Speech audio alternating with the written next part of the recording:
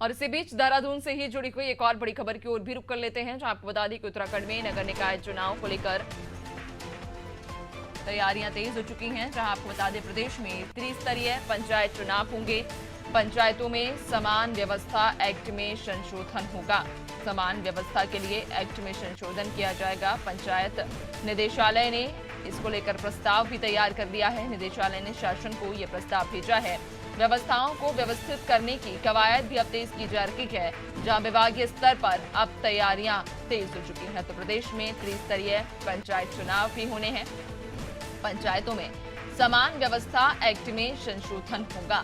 ज्यादा जानकारी लेंगे, सहयोगी सोनू लगातार हमारे साथ बने हुए हैं। सोनू, प्रदेश में त्रिस्तरीय पंचायत चुनाव को लेकर भी तैयारी तेज है और कहा जा रहा है कि इस बार पंचायतों में समान व्यवस्था एक्ट में संशोधन किया जाएगा।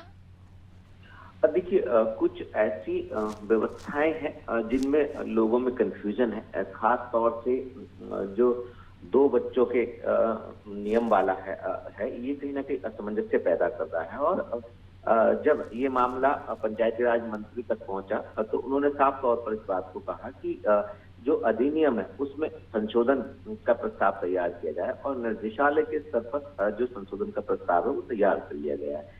एक समान व्यवस्था के लिए एक्ट में संशोधन करने की तैयारी की जा रही है। और जो एक्ट में संशोधन होगा उसके बाद कहीं ना कहीं जो लोगों का कंफ्यूजन है वो दूर हो जाएगा। और लगातार चूंकि निकाय के चुनाव के बाद त्रिस्तरीय पंचायत के चुनाव होने हैं, इससे संबंधित जो सरकार के शासकीय स्तर की जो व्यवस्थाएं उनको एक समान व्यवस्थित किया जा रहा है, चाहे वो संशोधन एक्ट हो या अन्य प्रक्रिया हो।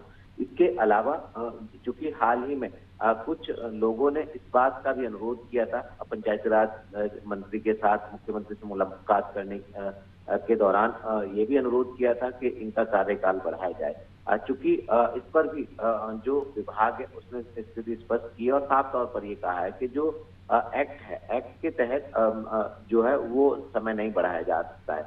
लिहाजा अब ऐसे में ये देखना होगा, क्योंकि मुख्यमंत्री ने ये कहा था कि इसका एक बार परीक्षण करा लिया जाए। परीक्षण के बाद रिपोर्ट जो है वो सरकार को सौंप दी गई है।